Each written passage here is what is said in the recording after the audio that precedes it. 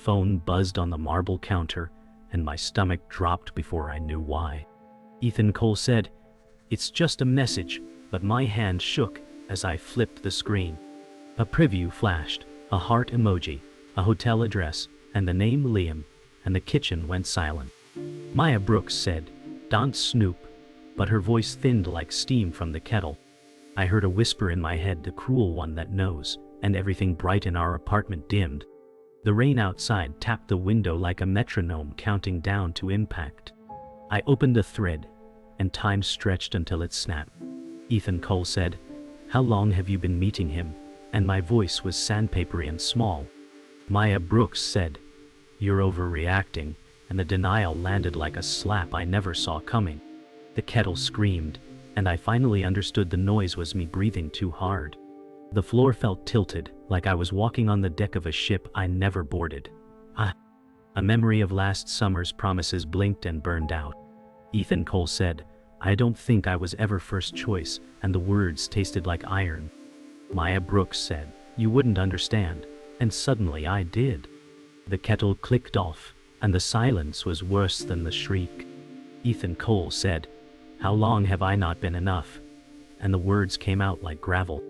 Maya Brooks said, "You're twisting things," and she rubbed her temples as if a headache could explain us.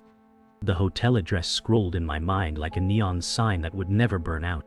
I looked at the doorway and remembered the day we painted the trim, and I wondered if I lied to myself then. The rain thickened, and the city felt far away, like another life. Ethan Cole said, "Did you love him before you stopped loving me?" And I watched her flinch at the sequence, not the meaning. She stared at the floor, then at the phone, then at me, and every glance felt like a confession. The apartment seemed smaller, the air dense with old promises and new dust.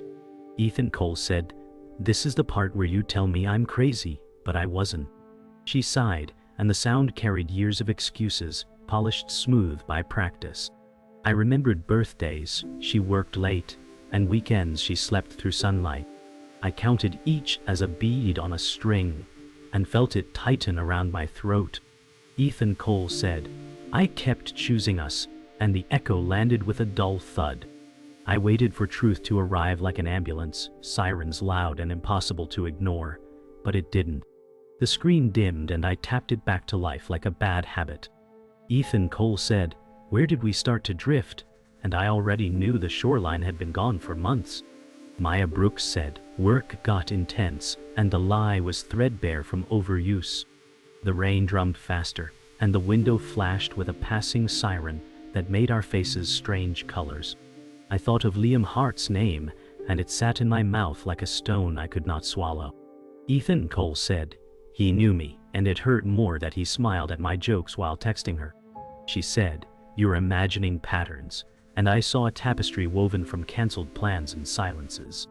The apartment clock ticked like a metronome for a song I did not choose. I felt smaller than my own shoes, standing in a life that suddenly did not fit. Ethan Cole said, "Tell me something true," and I waited as if honesty needed air to climb the stairs. She looked past me at the photo wall and blinked slow. The quiet stretched like plastic left in the sun, and it warped. Ethan Cole said, "I kept forgiving you in advance." And the sentence surprised me with its accuracy. The siren faded, and all that was left was the rain and the sound of my heartbeat trying to be brave.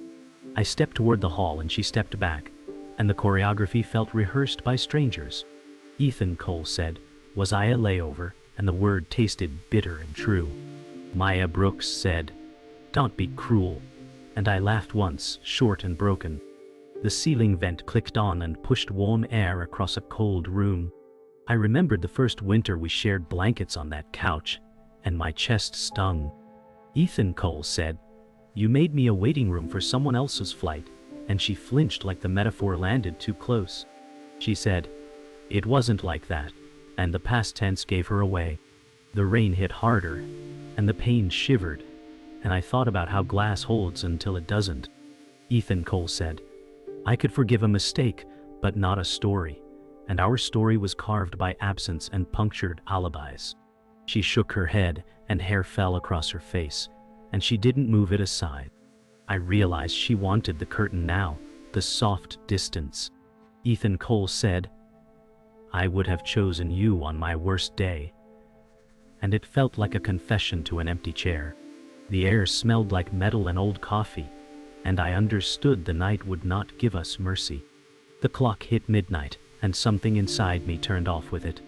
Ethan Cole said, "I am not the practice version of love," and the sentence felt steady for once. Maya Brooks said, "I didn't mean to hurt you," and I heard the past bending into a shield. Thone lay face down, but I could still feel its glow like a sunburn. The city hummed, and I realized it would keep going whether we did or not. Ethan Cole said, "You taught me where I stand," and the words came without shaking.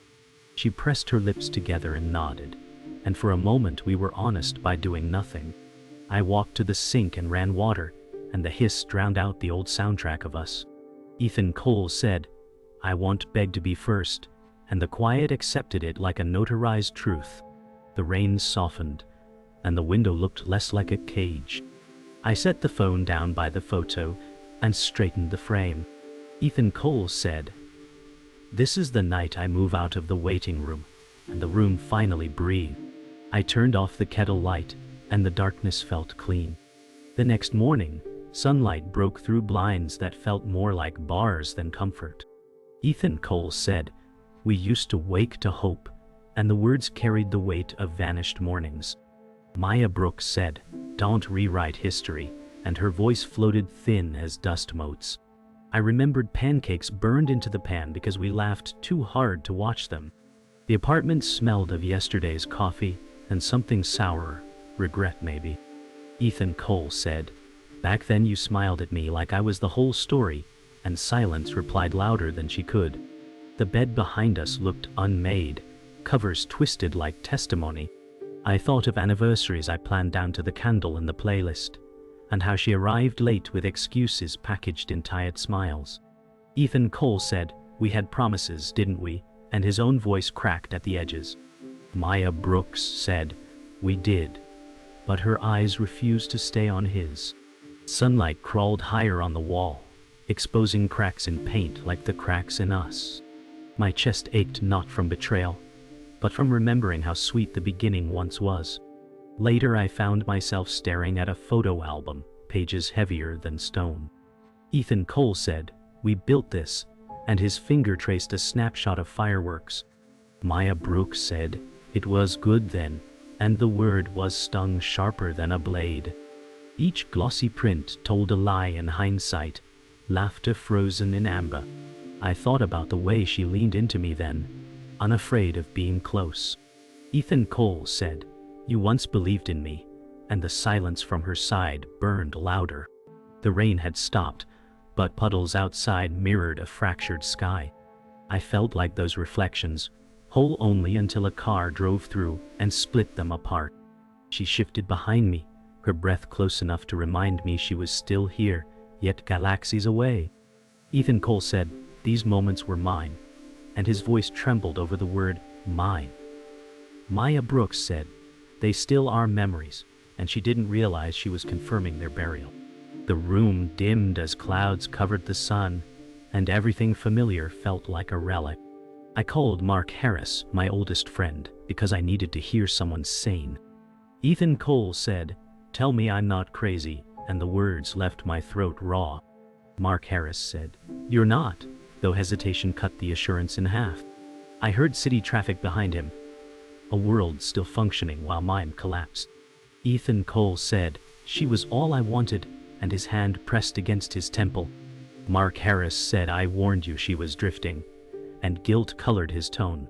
The betrayal widened because even he saw signs I ignored. I stared at the lamp's light, glaring too bright in the dim apartment, and it mocked me. Ethan Cole said, "Why didn't you stop me?" and I hated myself for the plea. Mark Harris sighed, the kind of sigh that admits powerlessness. His silence was worse than words, a confession that truth lived in the spaces I refused to fill. Ethan Cole said, "Then maybe I was always second choice, and it didn't feel like exaggeration anymore." Later that night, I asked questions I already feared. Ethan Cole said, "What did I miss?" and my chest tightened waiting for her answer.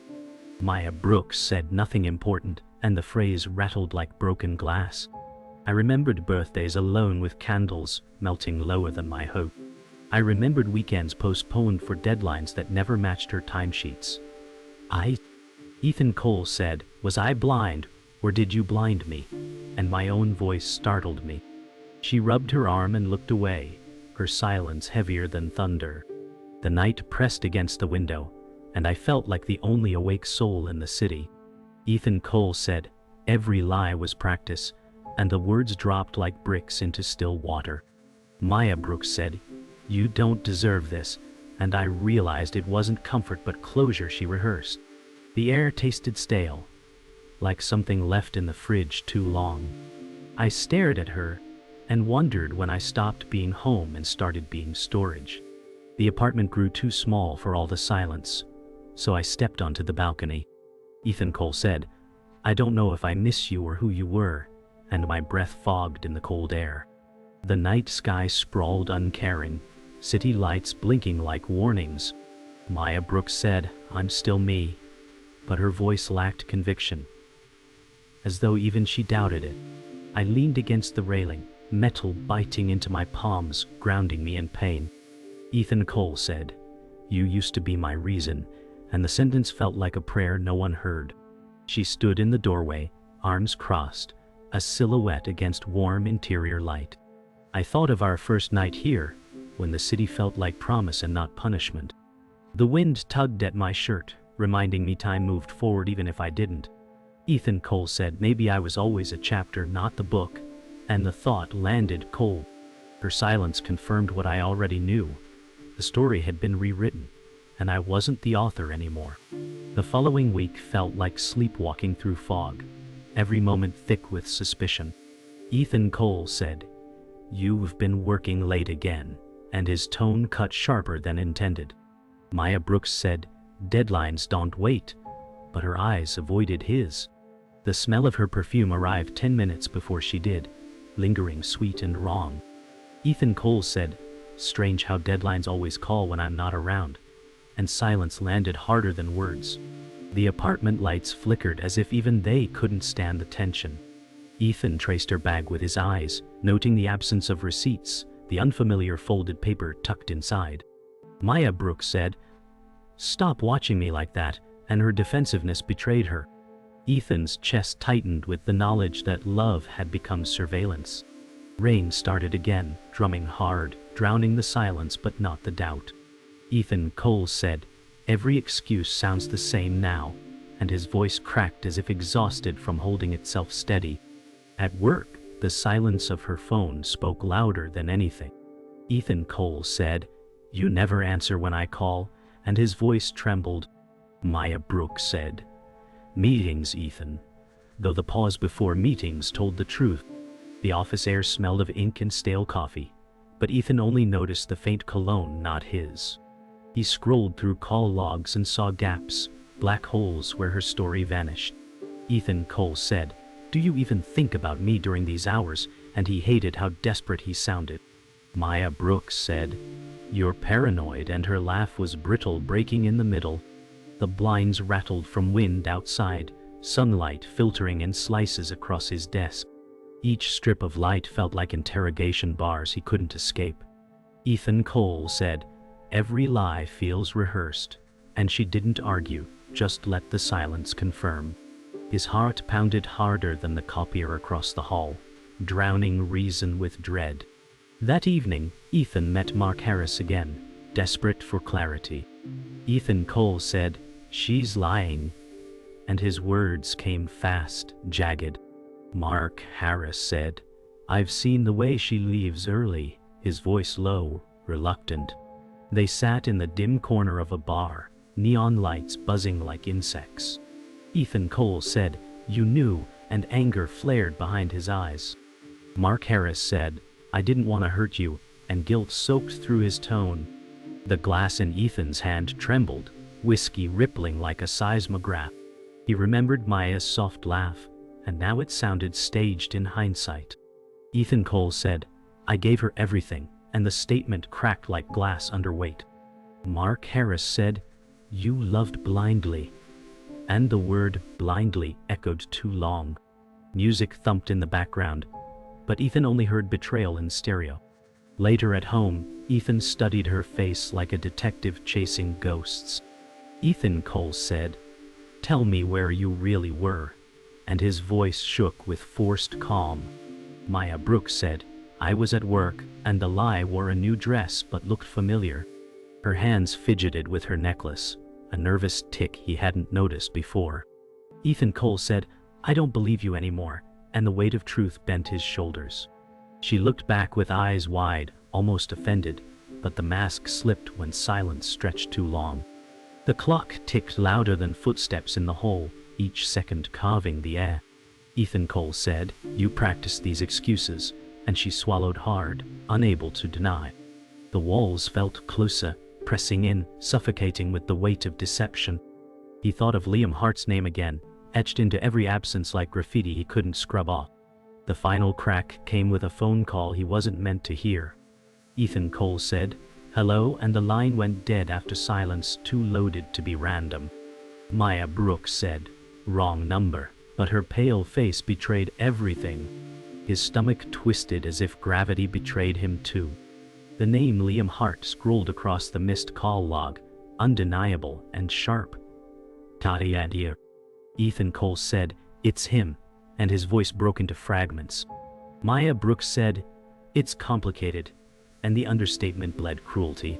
The walls buzzed with quiet fury, the apartment suddenly too loud. Ethan Cole said, "You chose him," and each word landed like a nail hammered deep. She didn't deny, just let her silence serve as a verdict. His chest ached, not from anger, but from mourning the person he once believed she was. Rain hit the glass again, matching his pulse, relentless and cold. The address from the thread led me to a business hotel with a lobby that smelled like lemon and lies. Ethan Cole said, "If I'm wrong, I go home and apologize forever," and the words scraped my throat. The revolving door spun, and I floated in behind a wedding party, invisible in their joy. Rain slid down the glass like the night was trying to wash itself off me. Ethan Cole said, "Room numbers don't lie," and I watched the elevator panel flicker to floor 12. A bell chimed, too cheerful for what it carried. My heart hammered like it wanted out of my ribs. Maya Brooks said, "Meet me upstairs," from a voicemail I replayed until the edges cut. I stared at the carpet pattern and realized I had memorized every path to my own undoing. Ethan Cole said, "This ends now," and I stepped into the next car like I was stepping off a cliff. The doors closed and the mirrored walls returned a stranger with my face. Floor lights blinked upward, and each blink felt like a countdown to impact. The hallway was too quiet, as if the air held its breath for me. Ethan Cole said, "Open the door," and my knuckles hovered, but didn't land. The handle clicked from inside, and I stepped back, heart skidding. Maya Brooks said, "I knew you'd come," and she wasn't surprised, only tired. Then he appeared behind her like a shadow deciding to be a person. Liam Hart said, "Ethan," and my name turned to ash in his mouth. He was my team lead, my mentor, the one who cheered my wins and read my drafts. Ethan Cole said, "You," and the word broke like glass dropped from a height. Maya's face didn't argue with fate. Liam Hart said, "It isn't what you think," and shame undercut his authority. Every late night, every cancelled plan, every soft apology snapped into place like magnets. Ethan Cole said, "You stood beside me and sharpened the knife," and the hallway swallowed the echo.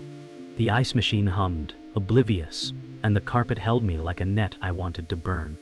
I tasted metal and memory at once. Ethan Cole said, "You were in my home and in my head," and the words staggered like they were drunk on grief. Liam Hart said, "I never meant to hurt you," and guilt made him smaller. The corridor seemed to tilt, as if the building took a side. Maya Brooks said, "We didn't plan this," and the phrase insulted the calendar of lies. I imagined office jokes, handshakes, and claps on the back that now felt like rehearsals. Ethan Cole said, "You listened to my doubts and fed them," and the truth cut clean and deep. Liam stepped forward, hands open, a peace offering that arrived bankrupt. Maya looked at the carpet, her silence louder than any defense. Ethan Cole said, I kept trusting you so she could keep choosing you, and the sentence shook the wall. Somewhere a door latch clicked, and a stranger's TV laughed through drywall. The world dared me to be ordinary while my life burned. He tried to sell mercy like a discount. Liam Hart said, it started after those layoffs, and the excuse arrived polished. Ethan Cole said, you took my fear and made it a doorway, and the corridor held its breath again. Maya Brooks said, you were gone inside your work, and she looked at me like I left first. I remembered the pep talks Liam gave me about resilience, and I wanted to tear those words out of my past. Ethan Cole said, you mentored me while mapping my exit, and it sounded like a charge sheet. Liam Hart said, I cared about you both, and the math refused him. My hands shook without my permission. Maya reached out, then stopped, as if the air between us had teeth. Ethan Cole said, I would have forgiven weakness, and my voice steadied. But not conspiracy. The ice machine rumbled again, a petty storm. I felt something settle inside, heavy, final, and almost quiet. I left the hallway and called Mark Harris because the ground needed a witness. Ethan Cole said, it was Liam, and the name cracked like thunder. Mark Harris said, I tried to warn you, and his voice carried sand and apology. I heard the bar's neon buzz behind him. Same booth, different night. Ethan Cole said, you knew it was him, and the accusation landed where it had to. Mark Harris said, he asked me to keep quiet, and the sentence made my skin crawl. Loyalty broke in 3 directions, and none of them led home. I pressed my forehead to the cool elevator panel and let the cold steady me. Ethan Cole said, you were my refuge, and the words asked him to be more than human. Mark Harris said, I am now, and I believed him because I needed to. The doors slid open on the lobby's lemon brightness, and I stepped into a future that did not include them. My chest hurt, but the pain finally pointed forward. The apartment felt staged for a verdict, and I could hear my heart pacing in the hall. Ethan Cole said, we end this tonight, and the words steadied like a hand on a railing. Maya Brooks said, you're angry, so wait, and delay sounded like another lie wearing perfume. The rain had cleared, leaving the city bright and cruel under streetlights. I set my keys down and they rang out like a bell that called no one home. Ethan Cole said, you chose him while I was telling you my fears, and I watched her blink slow. She pressed her palms flat on the counter as if the stone could argue for her. Maya Brooks said, I didn't mean to fall, and the plea tripped over its own shoes. I remembered Liam Hart shaking my hand after promotions, and I nearly laughed. Ethan Cole said, you used my trust as cover, and the room flinched with me. She looked at the window and found no weather left to blame.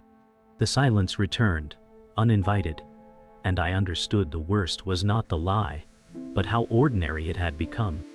He arrived because endings like witnesses, and the door clicked with cheap theater timing. Liam Hart said, let's talk like adults, and the word adults sounded like a locked drawer. Ethan Cole said, you taught me to present calm while you rehearsed this alibi, and my voice surprised me. Maya Brooks said, please, and the smallest word carried the heaviest guilt. The living room light hummed, choosing no side, exposing every seam. Liam Hart said, I cared about you, and the verb collapsed under the crowd of its contradictions. I pointed to the phone on the table like a knife that remembered what it was. Ethan Cole said, room numbers, messages, missed calls, and the list held more mercy than I felt. He took a step and I did not give ground, and the air tightened. Maya watched us like a firefighter facing a fire she started. Ethan Cole said, I want the truth without varnish, and the demand echoed. Liam Hart's mouth opened, closed, and finally he nodded toward the wreckage we all made. The confession bled out slow, as if honesty feared the room. Liam Hart said, it began when the layoffs hit, and you were drowning, and I felt the floor tilt. Ethan Cole said, you waited for my worst day, and the sentence landed like iron. Maya Brooks said, he listened when you wouldn't, and the arrow whistled past apology. I remembered every late night pep talk he gave me, now rebranded as reconnaissance. Ethan Cole said, "You collected my weaknesses and spent them," and the inventory hurt to finish. Liam Hart said, "I failed you," and the pronoun did not know where to stand. The clock above the bookshelf ticked like a jury tapping a verdict. I looked at our framed beach photo and realized it never told the truth, only the pose. Ethan Cole said, "You might love each other, but you will not use me to bless it," and the air cracked. He nodded once, grateful for the shape of a boundary, even if it burned. Maya stared at the rug pattern as if it offered an exit, and found only loops. The knock landed like fate, and the hallway swallowed my name. Mark Harris said, "You asked for me," and relief arrived with him. Ethan Cole said, "I need a witness," and the word felt clinical and clean. Maya Brooks said, "This is cruel," and I almost agreed before memory intervened. Liam Hart stood straighter, ready to litigate the ruins, but his eyes flickered. Mark Harris said, "Tell him everything you told me," and the room shifted around that demand. The air smelled like rain drying on concrete, all steam and metal. Ethan Cole said, "No more private versions," and my voice steadied like a spine. Maya began with pauses and ended without them, and each detail stitched a clearer wound. Liam Hart said, "It's over," and for once he did not sound like a leader. Mark nodded at me. Not victory, only validation. The truth changed nothing and changed everything, which is exactly how truth works. When it ended like a string snapping, no music left to save. Ethan Cole said, "I am done," and the syllables felt like keys turning in every lock. Maya Brooks said, "Can we fix this?" and the question sagged under its own history. Liam Hart said, "I'll leave," and the offer arrived 3 months too late. Mark Harris stayed still, a lighthouse holding its beam. I gathered what dignity I could fit in my pocket, and stood without shaking. Ethan Cole said, "You don't get to keep me as a spare," and the sentence finally sounded like me. She covered her mouth, as if silence could unspill the ocean. I opened the door and the corridor's cold was a benediction. Ethan Cole said, "I forgive myself for not seeing," and the mercy unlocked my ribs. Mark nodded once and stepped into the hall with me. Behind us the apartment sighed like a stage after applause, and the night made room for whatever came next. Morning made everything louder, even the hum of the fridge sounded like judgment. Ethan Cole said, "I'm sending the resignation email draft I never wanted," and the truth felt clean. Mark Harris said, "You don't have to quit," but he knew I meant the old life. I copied photos, receipts, and the hotel timestamp into a folder named after. Ethan Cole said, "I keep what's mine, including my name," and my shoulders finally lowered. News of Liam Hart's suspension spread through the office like spilled ink. A memo landed with corporate politeness that smelled like smoke after a fire. Ethan Cole said, "Let the consequences do their work," and I closed my laptop softly. Maya Brooks texted a single line, "I'm sorry," and the apology hovered without landing. I didn't reply because silence was the first boundary I kept. Ethan Cole said, "Today I pack, not run," and the words felt sturdy. Mark Harris said, "I'll bring boxes," and I believed in simple help more than speeches. The calendar blinked at me with empty squares that no longer frightened me. By evening, the spin unraveled, and reality showed up without makeup. Ethan Cole said, "He'll rewrite the story," and the prediction arrived tired, not bitter. A colleague forwarded a clipped email where Liam Hart said, "It was complicated," and the air thinned. Maya Brooks called once, and I watched the screen light like a flare I would not chase. Ethan Cole said, "He will retreat when the cost rises," and I could already feel the distance forming. Mark Harris said, "He's protecting his title, not her," and I hated how right that sounded. Online profiles went quiet, the modern siren of shame. Ethan Cole said, "This is where they learn endings aren't symmetrical," and I closed the blinds. I remembered the hallway where he said he cared and heard the hollowness echo. Maya texted again, he's not answering, and it landed like a lesson she didn't want.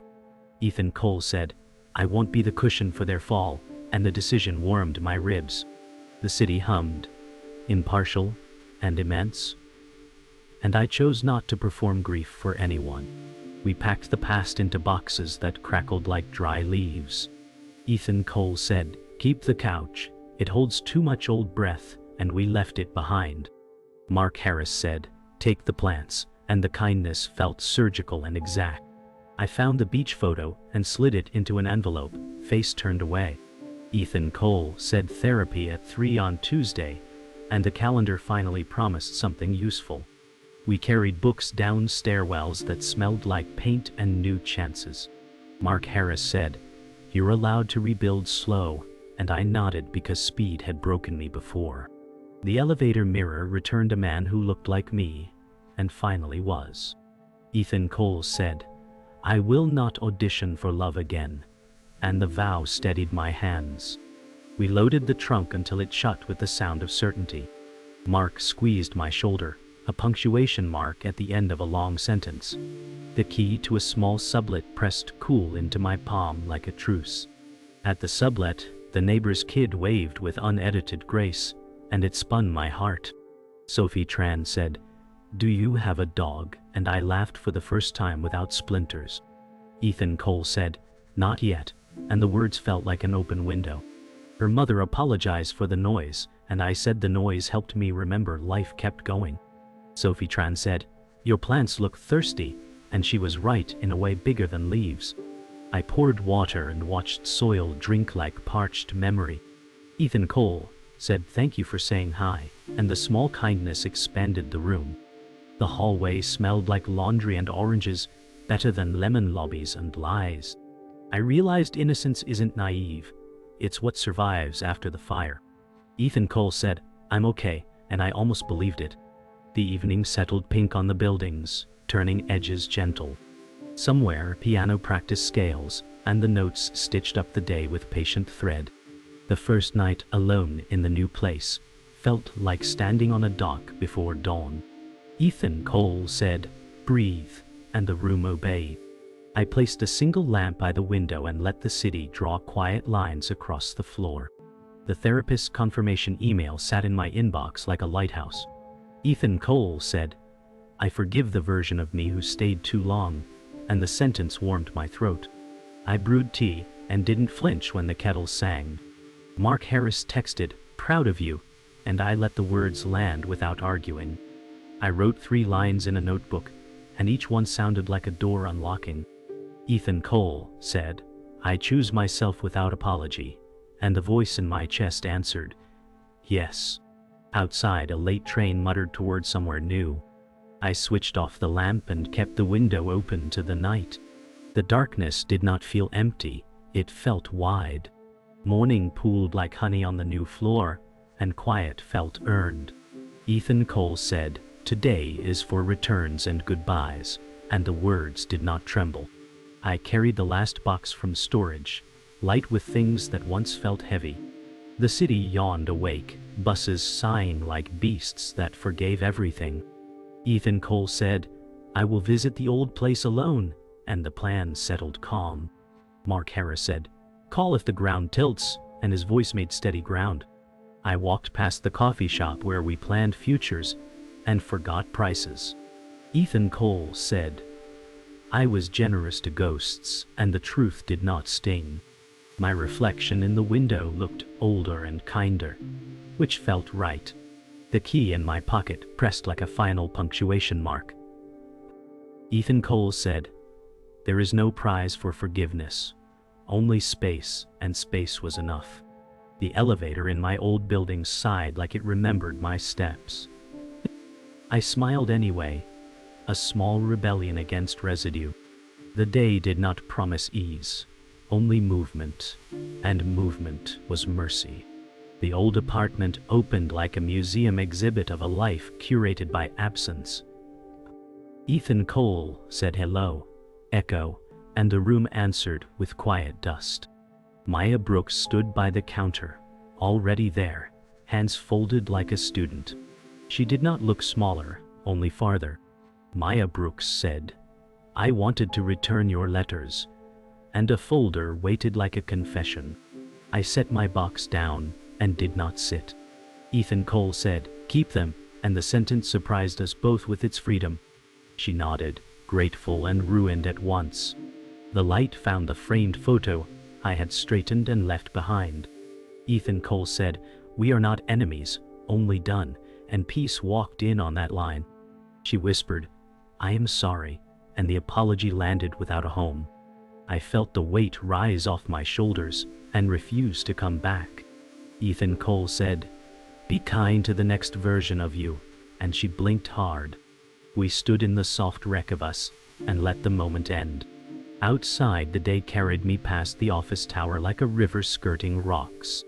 Liam Hart stood alone near the side entrance, suit creased, tie slack with defeat. He lifted a hand and let it fall. Liam Hart said, "Ethan," and my name did not sting anymore. The security badge around his neck hung like a borrowed future. Ethan Cole said, "You will write a version where you meant well," and he did not argue. He studied the pavement as if truth hid in the tar. Liam Hart said, "I am sorry," and the syllables arrived unsheltered. I watched a delivery truck hiss past and erase part of the moment. Ethan Cole said, "I release the debt," and the air changed weight. He blinked fast, a man learning gravity again. I turned before pity confused the weather. Ethan Cole said, "We are separate roads now," and my feet obeyed the map. Behind me, the glass doors swallowed him, and I did not look back. In the evening, Mark Harris met me at the sublet with takeout and ordinary grace. Mark Harris said, "You look taller," and I laughed like a door clicking open. We ate on the floor because chairs felt ceremonial. Ethan Cole said, "I learned that love without a center collapses," and he nodded. He told a dumb story about a printer jam until tears forgot how to fall. Mark Harris said, "You did not fail by trusting," and the line stitched me quiet. The room smelled of oranges and garlic and new beginnings that did not brag. Ethan Cole said, "Thank you for standing in the storm," and gratitude warmed the air. He raised a cup of soda like a toast that did not need wine. Mark Harris said, "To first place in your own life," and we grinned at the audacity. The night outside hummed like a benevolent engine. We folded empty cartons, and the floor felt like a stage after rehearsal. I realized support can be as simple as staying. Night settled like velvet, and the city exhaled with me. I stepped onto the balcony, the air cool and exact. Ethan Cole said, "This is where I stop being a rehearsal," and the words rang true. Sophie Tran waved from her window and vanished in a hop, still undefeated by dusk. I thought of the phone, the hotel, the hall, and felt no tremor. Ethan Cole said, "I choose slow, honest light," and the street lamps agreed. Somewhere a siren passed without a story to steal. Mark Harris texted, "Tomorrow coffee," and I typed yes before doubt could dress. I looked at the skyline and saw roads instead of traps. Ethan Cole said, "You didn't think I'd ever find out, did you?" And the night took the line and made it mine. I closed the door gently, as if the past still slept inside. The lamp warmed the room like a kept promise. Ethan Cole said, "Good night, first place," and silence answered with a standing ovation.